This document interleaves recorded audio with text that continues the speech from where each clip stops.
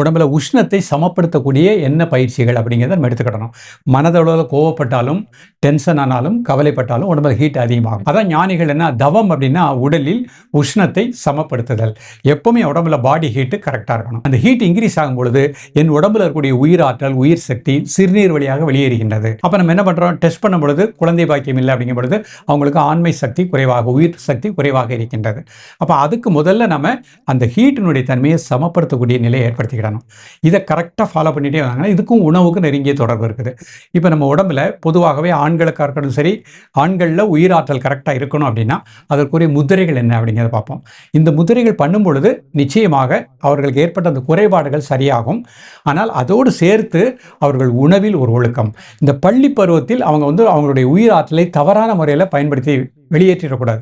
அது நமக்கு கடைசி வரைக்கும் இல்வாழ்வானுக்கு செல்லும் பொழுது தான் அந்த உயிர் சக்தியை ஒரு குழந்தைக்காக நம்ம பயன்படுத்துகிறோம்.